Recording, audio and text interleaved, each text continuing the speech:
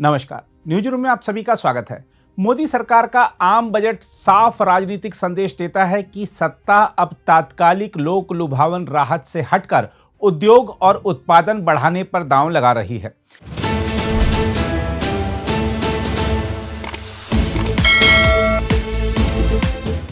पिछले साल वेतन भोगी वर्ग को साधा गया था, इस बार ध्यान कारखानों, निर्यात और निर्माण पर है।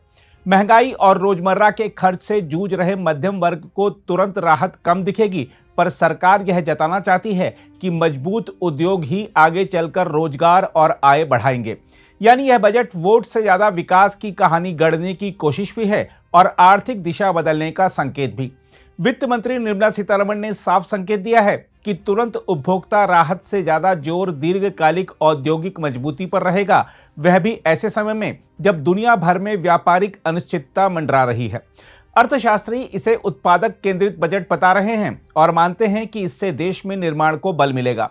मध्यम वर्ग को कागज पर यह बजट फीका लग सकता है, पर विशेषज्ञों का तर्क है कि परोक्ष लाभ प्रत्यक्ष लाभ से ज्यादा होंगे। बजट में क्या सस्ता होगा, यदि इस पर ध्यान दें तो सामने आता है कि सरकार ने कुछ ऐसे क्षेत्रों को चुना है जहां राहत देकर उत्पादन और सामाजिक जरूरत दोनों को साधा जा सके। खेल सामग्री पर जोर देते हुए खेलो भारत अभियान का विस्तार किया गया है। खेल को रोजगार, कौशल और अवसर से जोड़ा गया है। इससे खेल सामग्री के दाम नरम पड़ने और खेल उद्योग में काम बढ़ने की उम्मीद है। साथ ही कैंसर की दवाओं पर बड़ा कदम उठाते हुए 17 दवाओं पर मूल सीमा शुल्क हटाया गया है। साथ ही 7 दुर्लभ रोगों के उपचार में काम आने वाली दवाओं और विशेष आहार पर व्यक्तिगत आयात के लिए शुल्क छूट दी गई है। इसका सीधा मतलब है कि गंभीर रोग से जूझ रहे मरीजों पर खर्च का बोझ कुछ हल्का हो सकता है। इसके अलावा समुद्री भोजन के क्षेत्र में समुद्री सीमा से बाहर पकड़ी गई मछली पर शुल्क मुक्त व्यवस्था से मछुआरा समुदाय को सहारा मिलेगा और बाजार में आपूर्ति बढ़ने से दाम काबू में रह सकते हैं। वहीं घरेलू उपकरणों में माइक्रोवेव ओवन बनाने में काम आने वाले कुछ पुर्जों पर सीमा शुल्क छूट दी गई है।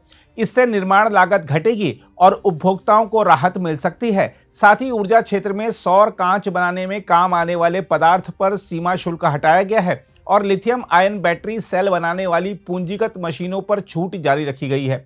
इससे सौर पैनल और ऊर्जा भंडारण बैटरी सस्ती पड़ सकती हैं, जो हरित ऊर्जा को गति देगा।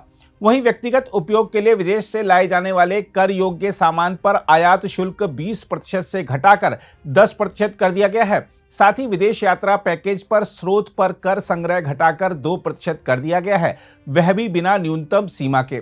यानी विदेश घूमने की बुकिंग के समय जेब से कम रकम निकलेगी। इसके अलावा उदारीकृत प्रेषण योजना के तहत पढ़ाई और इलाज के लिए विदेश भेजे जाने वाले धन पर स्रोत पर कर संग्रह 5% से घटाकर 2% कर दिया गया है।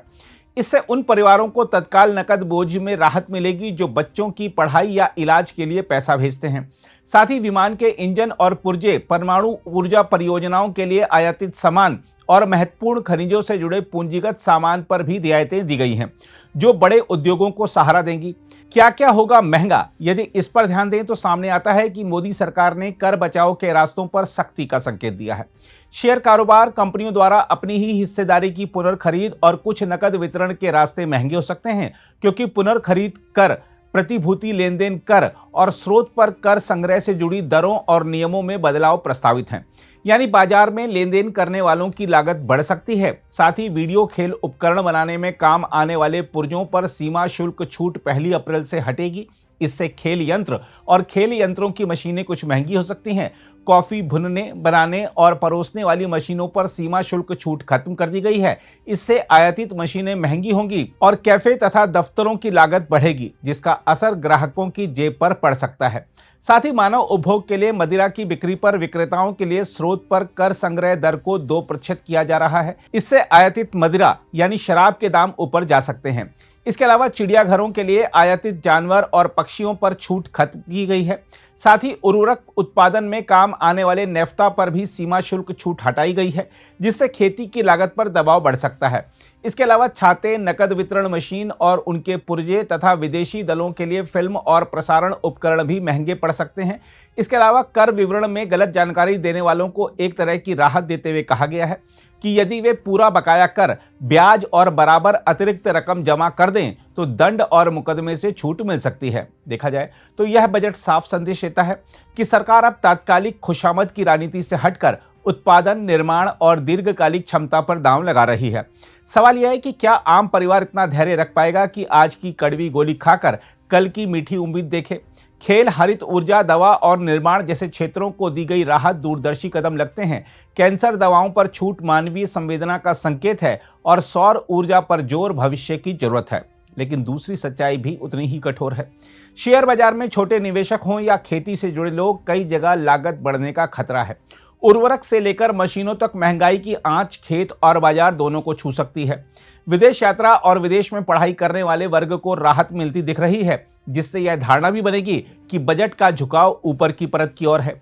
असली कसौटी बजट का सही क्रियान्वयन होगी। यदि उद्योग को मिली राहत सच में रोजगार और सस्ती वस्तुओं में बदलती है तो यह दांव सफल कहा जाएगा, पर यदि लाभ सिर्फ बड़ी कंपनियों की तिजोरी में बंद हो गया तो मध्यम वर्ग की नाराजगी तेज होगी।